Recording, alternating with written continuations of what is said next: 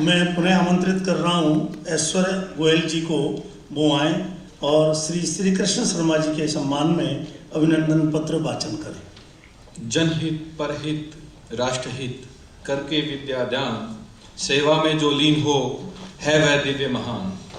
लोक कल्याण की दिव्य भावना से ओतप्रोत शिक्षा और सेवा को ही जिसने अपने जीवन का धर्म और अर्थ मान लिया हो, ऐसे महान व्यक्तित्व 70 वर्षीय श्री कृष्ण शर्मा का नई दिल्ली में स्वागत एवं अभिनंदन करते हुए हम अपार हर्ष का अनुभव कर रहे हैं।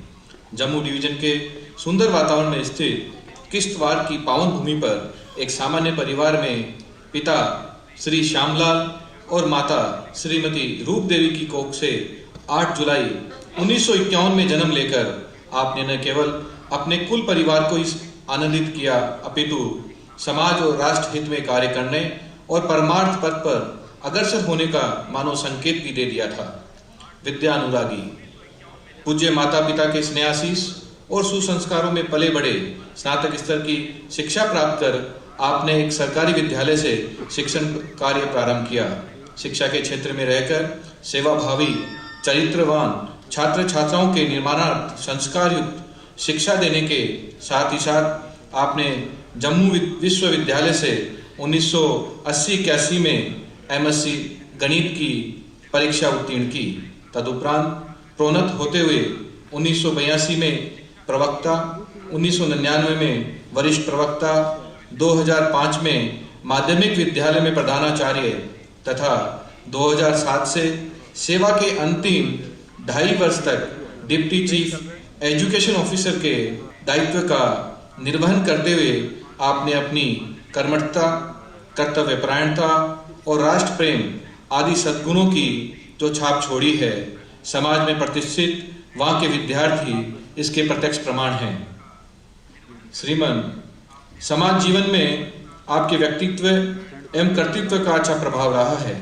एक ईमानदार, निस्वार्थ, प्रबुद्ध एवं सजग कार्यकर्ता के सद्गुणों के कारण लोगों ने अनेक समितियों में आपको महत्वपूर्ण स्थान देकर आपके प्रति सम्मान प्रदर्शित किया है। राजकीय सेवा से 2010 में सेवानिवृत्ति के उपरांत ही आपने अपना संपूर्ण जीवन समाज और राष्ट्र सेवा के लिए अर्पित कर दिया। बहुआयामी व्यक्तित्व के धनी आप विविध कार्यों में, चाहे विधवा पेंशन, निष्कासित व्यक्तियों, लड़कियों का विवाह हो, आतंक प्रभावित व्यक्तियों, कैंसर तथा अन्य रोगों से ग्रसित रोगियों की सेवा, दुर्घटनाओं से प्रभावित व्यक्तियों तथा अन्य जरूरतमंद दिव्यांगजनों को वित्तीय सहायता प्रदान करने का प्रकरण हो, सर्वत्र आप सक्रिय समर्पित रहे हैं। जन कल्याण आपदा सेवा समिति पंजीकृत के अध्यक्ष में रूप में आपकी सराहनीय भूमिका रहती है। इसके अतिरिक्त धर्म जागरण आदि अन्य कई संस्थानों में भी आप अपनी सेवाएं आज भी प्रदान कर रहे हैं। इतना ही नहीं, समय समय पर विशिष्ट चिकित्सकों की टीम के साथ निःशुल्क चिकित्सा शिविरों का आयोजन आदि आपके उल्लेखनीय सेवा के कार्य हैं। मान्यवर, आप जैसे सेवाभावी राष्ट्रभक्त को भाऊराव देवरस स्मृति सेवा सम्मान प्रदान करते हुए न्यास परिवार को अपूर्व गौरव का अनुभव हो रहा है। मंगलमय प्रभु आपको यशस्वी जीवन प्रदान करें।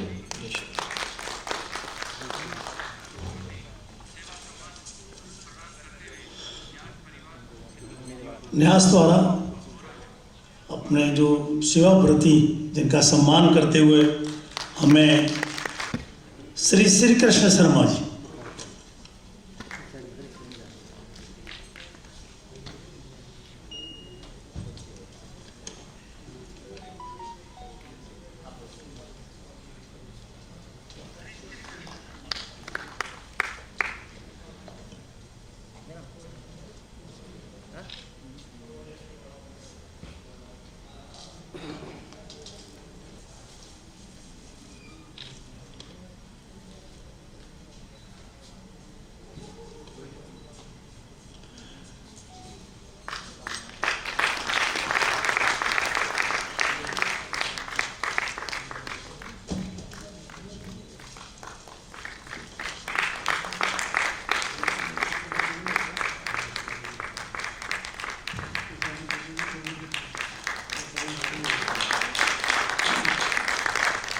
मैं आमंत्रित कर रहा हूँ श्री कृष्ण शर्मा जी को। जनरली लोग रिटायरमेंट के बाद आराम करते हैं और श्री कृष्ण शर्मा जी ने रिटायरमेंट के बाद पूरी निष्ठा के साथ, पूरी शक्ति से दूसरी पारी खेलना शुरू कर दिया और दूसरी पारी को भी अधिक सेवा करने का जो प्रण लिया है वो कर रहे हैं। अपने अनुभवों को हम सबके साथ शेयर।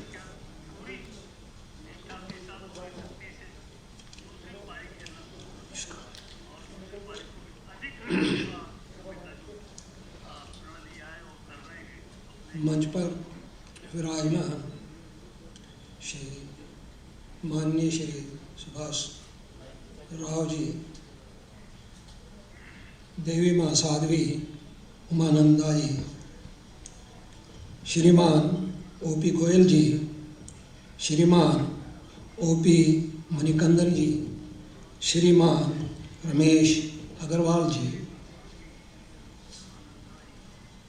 भावराव देवरस सेवा न्यास के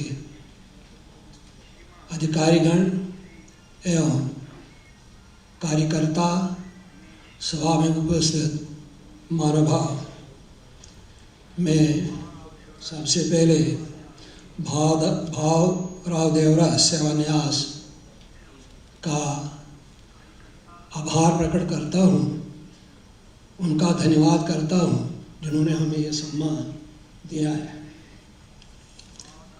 मान्यवर,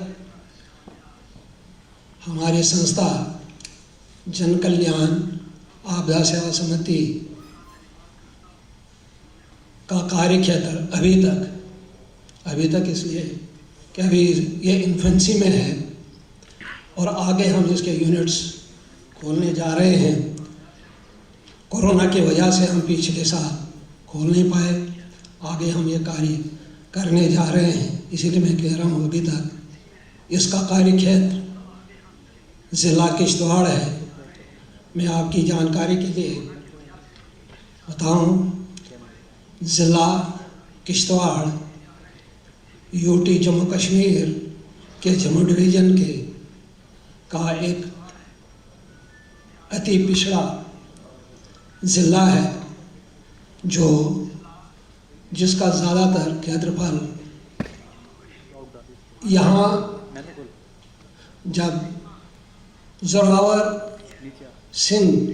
जोरावर सिंह का नाम शायद आपने सुना होगा, यहाँ से ही एक फौज की टुकड़ी लेकर दुर्गम पहाड़ियों के रास्ते से वो ज़स्कार गया, जो लद्दाख का एक हिस्सा है, बाउंड्री है। वहाँ से लद्दाख उन्होंने फतह किया और वहाँ से फिर तिब्बत केवाश मानसरोवर के तराई तक वो पहुँचे और वहीं उनकी फिर हत्या कर देगी, चोरी छुपी।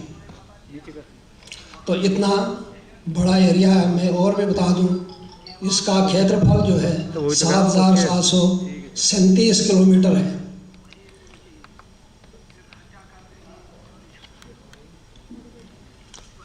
अब ये जो जन कल्याण आपदा सेवा समिति है, इसके कुछ अपने उद्देश्य हैं जो मैं आपको कहने जा रहा हूँ, उनकी जानकारी देने जा रहा हूँ। वो ये समाज के असहाय लोगों का उत्थान करना इसका प्रथम लक्ष्य है।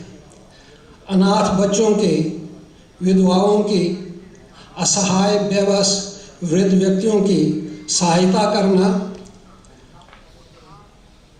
दुर्घटना से, प्राकृतिक दुर्घटना होती है, कहीं रोड एक्सीडेंट होते हैं, कहीं फायर इंसिडेंट होते हैं, उनसे पीड़ित लोगों की सहायता करना, उन निर्धन व्यक्तियों की, रोगियों की सहायता करना जो किसी रोग से पीड़ित हैं।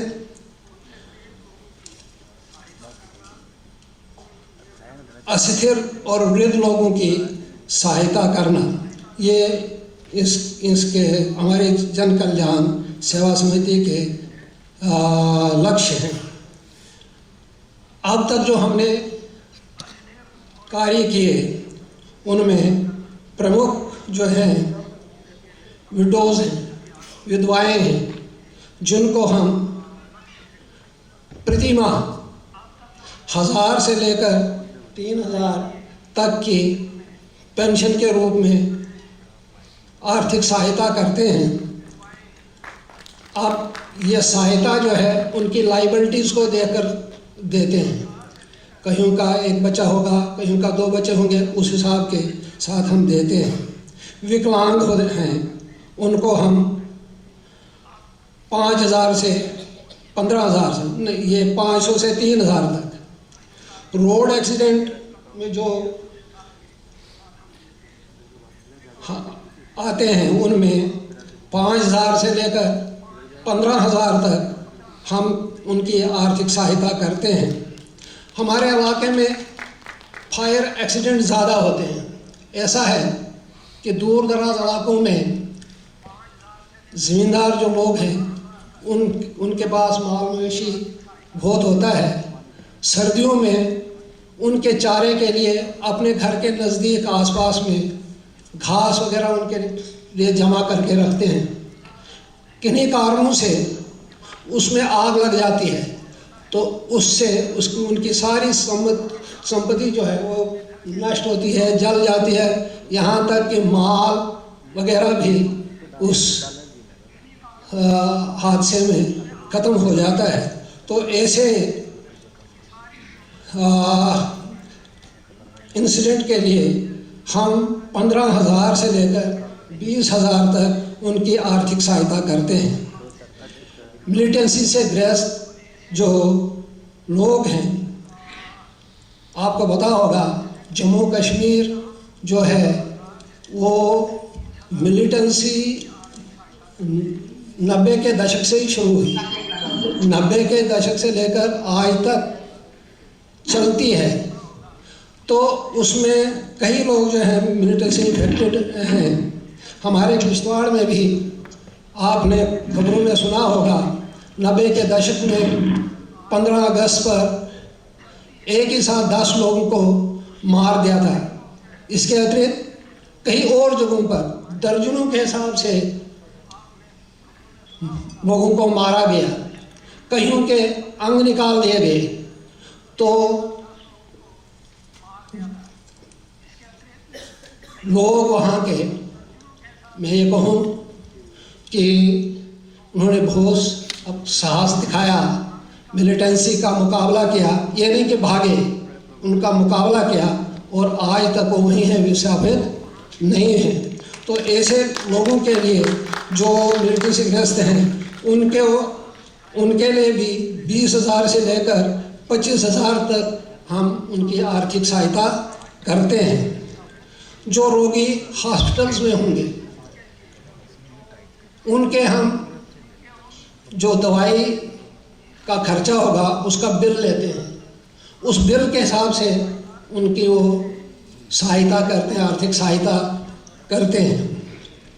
उसके अलावा कुछ ऐसे रोगी हैं, ऐसे परिवार को बच्ची की शादी करने के लिए 10,000 से 15,000 तक उनकी आर्थिक सहायता करते हैं।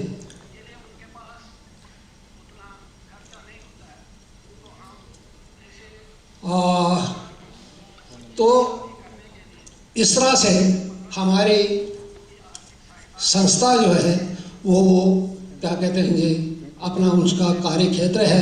मैं ये जो सम्मान आपने दिया, ये मैं समझता हूँ कि ये उन हमारी संस्था के उन कार्यकर्ताओं के लिए है, उन भाई बहनों के लिए है जो आर्थिक सहायता हमारी करते हैं। आखिर पर मैं आप सबका धन्यवाद करता हूँ।